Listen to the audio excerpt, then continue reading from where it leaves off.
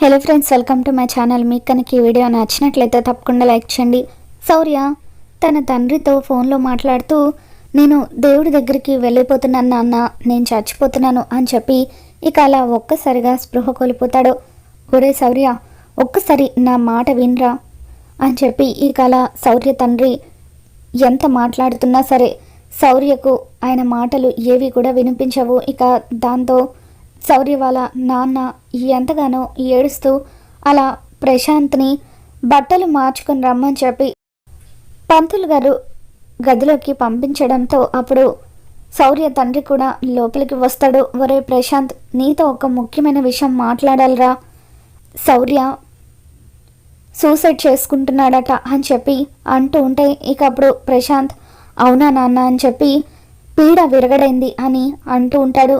రే ఏంట్రా మరి అంత కఠినంగా మాట్లాడుతున్నావు? వాడు నీకు అన్న ఎవరో ముక్కు మొహం తెలియని వాళ్ళు చనిపోతేనే అయ్యో పాపం అని అంటాము. అలాంటిది నీ అన్నయ్య చనిపోబోతున్నాడని చెప్పినా కూడా నీలో ఏమాత్రం చలనం లేదేంటి అని చెప్పి ఇక శౌర్య తండ్రి అంటూ ఉంటాడు. మరి ఏం చేయమంటావు నాన్న? అవతల పెళ్లి ముహూర్తానికి టైం అవుతుంది. కాసేపట్లో నేను రామలక్ష్మి మెడలో తాళి కట్టబోతున్నాను. ఇప్పుడు ఈ విషయాల గురించి ఆలోచిస్తే ఎలా అని చెప్పి ప్రశాంత్ అంటూ ఉంటాడు. ఇక దాంతో ప్రశాంత్ నాన్న, ఒరే ప్రశాంత్, నేను చెప్పేది విను. పెళ్ళి కావాలంటే ఎప్పుడైనా చేసుకోవచ్చు. అవతల మీ అన్నయ్య ప్రాణాలు ప్రమాదంలో ఉన్నాయి అని అంటూ ఉంటే చెప్పాను కదా నాన్న, ముందు రామలక్ష్మితో నా పెళ్లి జరగనివ్వు, ఆ తర్వాత వాడి గురించి ఆలోచించవచ్చు. అయినా వాడు ఉంటే ఏంటి పోతే ఏంటి అని ఇక అలా ప్రశాంత్ కటువుగా మాట్లాడుతూ ఉంటే ప్రశాంత్ తండ్రి ఒక్కసారిగా ప్రశాంత్ చెంప పగలగొడతాడు. రే, నాకు నువ్వొకటి వాడొకటి కాదు, మీరిద్దరూ నాకు రెండు కళ్ళ లాంటి వారు. ఏదో నువ్వు రామలక్ష్మి దక్కకపోతే చనిపోతానని బెదిరించావు కాబట్టి నాకు ఇష్టం లేకపోయినా సరే మీ ఇద్దరికి పెళ్లి చేయాలని అనుకున్నాను. కానీ ఇప్పుడు చూస్తూ చూస్తూ వాడి ప్రాణాలు పోతున్నాయని తెలిసినా కూడా నువ్వు పెళ్లి చేసుకోవడానికి సిద్ధపడుతున్నావంటే నువ్వు ఎలాంటి వాడివో నాకు అర్థమవుతుంది. మొదటి నుంచి నీ వైపు నిలబడి నేను చాలా పెద్ద తప్పు చేశాను. వాడి గురించి నువ్వు ఆలోచించినప్పుడు నీ గురించి కూడా నాకు ఆలోచించాల్సిన అవసరం లేదు. ఇప్పుడు వెళ్ళి రఘురామ్ గారికి నిజం మొత్తం చెప్పేస్తాను, శౌర్యని కాపాడుకుంటాను అని చెప్పి ఇక అలా ప్రశాంత్ వాళ్ళ నాన్న అక్కడి నుండి వెళ్ళిపోబోతూ ఉంటే, ఆగు నాన్న ప్లీజ్, దయచేసి ఈ విషయం రఘురామ్ గారికి చెప్పొద్దు. చెబితే ఇక్కడి వరకు వచ్చిన పెళ్ళి ఆగిపోతుంది.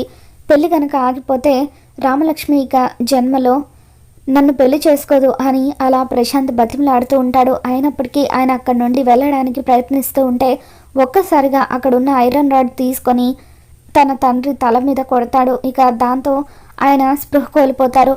అక్కడే ఉన్న ఒక చాపలో ఆయన్ని చుట్టిపెట్టి మంచం కిందకి ప్రశాంత్ నెట్టి పడేస్తాడు.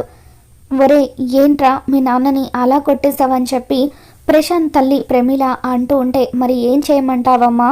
ఇన్ని రోజులుగా ఆయన ఏదో ఒక విధంగా నా పెళ్ళికి అడ్డుపడాలని చూస్తూనే ఉన్నాడు.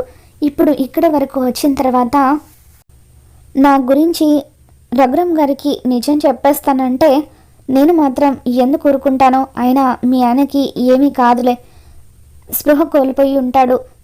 పెళ్ళైన వెంటనే వచ్చి ఆయన్ని హాస్పిటల్కి తీసుకుని వెళ్దాం, నువ్వేం కంగారు పడకు అని ప్రశాంత్ ప్రమిళకి ధైర్యం చెబుతూ ఉంటాడు. నిజంగా మీ నాన్నకి ఏమీ కాదు కదరా అని ప్రమిళ అంటూ ఉంటుంది. అబ్బా అమ్మ, ఏమీ కాదులే అమ్మా, అవతల పంతులు గారు పిలుస్తున్నారు, త్వరగా బట్టలు మార్చుకొని వెళ్ళాలి అని ప్రశాంత్ అంటూ ఇక అలా బట్టలు మార్చుకొని రెడీ అయ్యి మళ్ళీ పీటల మీదకు వెళ్ళి కూర్చుంటూ ఉంటాడు. మరోవైపు రామలక్ష్మి కూడా చీర మార్చుకుంటుంది. ఇక అలా ప్రశాంత్తో తాళి కట్టించుకోబోతూ ఎంతగానో ఏడుస్తూ ఉంటుంది. శౌర్య సార్, మిమ్మల్ని మర్చిపోలేక బలవంతంగా తాళి కట్టించుకోలేక నేను నరకం అనుభవిస్తున్నాను, ఎక్కడున్నారు సార్ అని చెప్పి ఇక అలా రామలక్ష్మి ఎంతగానో ఏడుస్తూ ఉంటుంది. వద్దు రామలక్ష్మి, ఏడవద్దు అని ఇక అలా ఆద్య రామలక్ష్మికి ధైర్యం చెబుతూ ఉంటుంది. పద్మ పార్వతి ఇద్దరూ కలిసి రామలక్ష్మిని పీటల మీద కూర్చోబెడతారు. బాబు, ఈ మంగళసూత్రాన్ని అమ్మాయి మెడలో కట్టండి అని పంతులు గారు అంటూ ఉంటే అప్పుడు రఘురామ్, ఒక్క నిమిషం పంతులు గారు, అప్పుడే కాదు, రావాల్సిన వాళ్ళు ఉన్నారు అని అంటూ ఉంటాడు.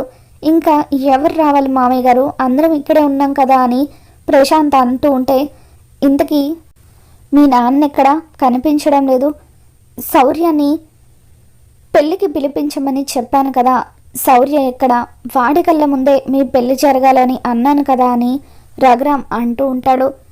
ఏమో మామయ్య గారు, మా నాన్న ఫోన్ మాట్లాడుతూ ఇక్కడే ఎక్కడో ఉండుంటారు, ఇందాక అటువైపు ఫోన్ మాట్లాడడానికి వెళ్ళడం నేను చూశాను. ఇక మా అన్నయ్య సంగతి అంటారా, వాడి గురించి మీకు ఇంకా పూర్తిగా తెలీదు. రామలక్ష్మి విషయంలో వాడు చాలా పెద్ద తప్పు చేశాడు కదా, అందుకే మోహన్ చెల్లక పెళ్ళికి రానని చెప్పుంటాడు అని ప్రశాంత్ అంటూ ఉంటాడు. ఇక అలా శౌర్య గురించి ప్రశాంత్ చెడుగా చెప్పడంతో రామలక్ష్మి ప్రశాంత్ని అసహించుకుంటూ ఉంటుంది. బావగారు లేకుండా ఈ పెళ్ళి ఎలా జరిపించడం అని రఘురామ్ ఒక్కసారి బావగారు ఎక్కడున్నారో చూడండి అంటూ శివరామ్ని ఆద్యని పంపిస్తూ ఉంటాడు. దాంతో నేను చూస్తాను పెద్దనాన్న అని చెప్పి ఆద్య కూడా ప్రశాంత్ వాళ్ళ నాన్న కోసం వెతుకుతూ ఉంటుంది.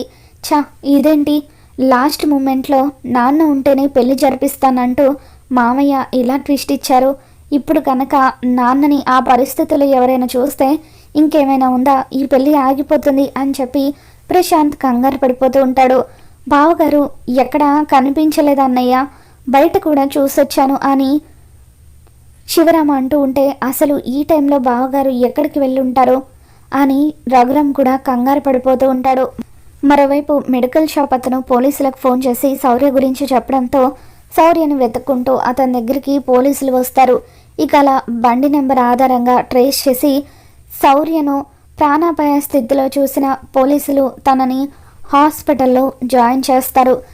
శౌర్యకి హాస్పిటల్లో ట్రీట్మెంట్ జరుగుతూ ఉంటుంది. మరోపక్క ప్రశాంత్ తండ్రి ఎక్కడా కనిపించకపోవడంతో ఇక అలా ఆద్య ఒక్కసారి నేను పెళ్లి కొడుకు రూమ్లో చూసి వస్తాను అని చెప్పి పెళ్లి కొడుకు రూమ్లోకి వెళ్తుంది. ఇక ఎక్కడ చూసినా కూడా ఎవరు కనిపించరు.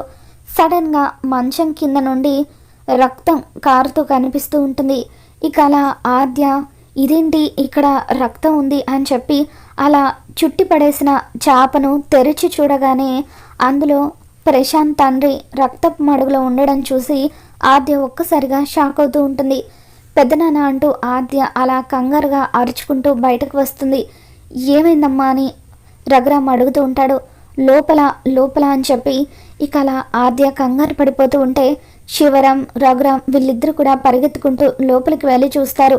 ఇక అలా లోపలికి వెళ్ళి చూసేసరికి ప్రశాంత్ తండ్రి రక్తపు మడుగులో ఉంటాడు.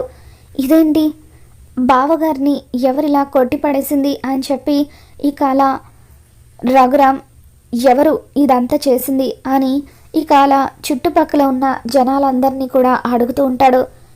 ఎవరు కూడా మేం కాదు అని అంటూ ఉంటే ప్రశాంత్లో భయం మొదలవుతూ ఉంటుంది.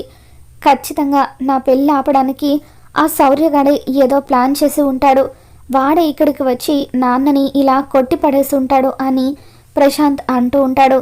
ఇక దాంతో ఆద్య ఇక చాలు ఆపుతావా ప్రశాంత్, అసలు శౌర్య సార్ ఇంతవరకు ఇక్కడికి రాలేదు, అటువంటిది శౌర్య సార్ ఎందుకు ఆయన తండ్రిని అలా కొట్టి పడేస్తారు అని చెప్పి ఆద్య అంటూ ఉంటుంది.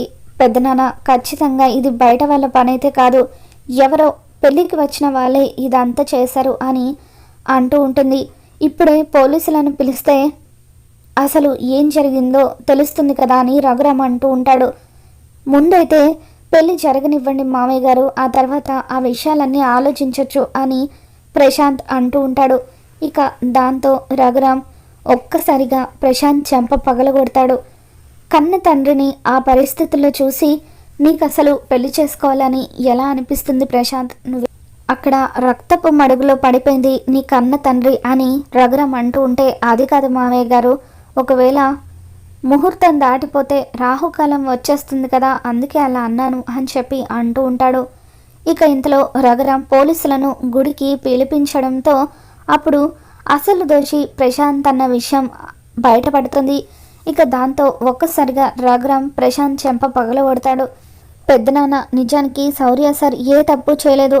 శౌర్య సార్ తన తమ్ముడు కోసం త్యాగం చేసి రామలక్ష్మికి దూరంగా వెళ్ళిపోవాలని అనుకున్నారు. చేసిందంతా ఈ ప్రశాంతే ఇప్పుడు కూడా కన్న తండ్రిని పొట్టను పెట్టుకోవాలని చూస్తున్నాడు అని ఆది అనగానే ఇక అప్పుడు రఘురామ్, ఇప్పుడు ఇదంతా చూస్తూ ఉంటే నాకు కూడా నీ మీద అనుమానం కలుగుతుంది ప్రశాంత్. నిజం చెప్పు, ఆ రోజు రామలక్ష్మి మీద అఘాయిత్యం చేయబోయింది నువ్వే కదా? మీ అన్న నిన్ను కాపాడడం కోసమే తన మీద నింద వేసుకున్నాడు కదా అని చెప్పి రఘురామ్ నా కళ్ళల్లోకి సూటిగా చూసి చెప్పు, లేదంటే ఇక్కడే చంపేస్తానని ప్రశాంత్ని బెదిరించడంతో ఇక ప్రశాంత్ జరిగిన నిజమంతా కూడా రఘురామ్కి చెప్పేస్తాడు. ఇక అలా మొత్తానికి ప్రశాంత్ రామలక్ష్మిల పెళ్ళైతే ఆగిపోతుంది.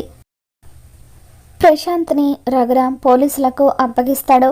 ఇక ఆ తర్వాత ప్రశాంత్ వాళ్ళ నాన్న కండిషన్ సీరియస్గా ఉంటుంది. ఇక దాంతో రఘురామ్ వాళ్ళే ఆయన్ని హాస్పిటల్కి తీసుకొని వెళ్తారు.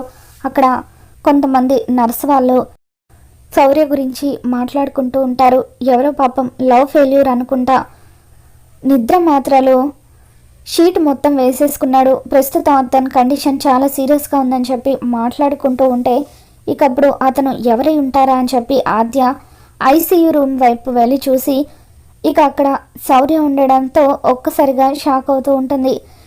పెద్దమ్మ, శౌర్య సార్ నిద్ర మాత్రలు మింగారట అని ఆద్య అంటూ ఉంటే ఇక అప్పుడు విషయం తెలుసుకున్న రామ కుప్పకూలి ఏడుస్తూ ఉంటుంది.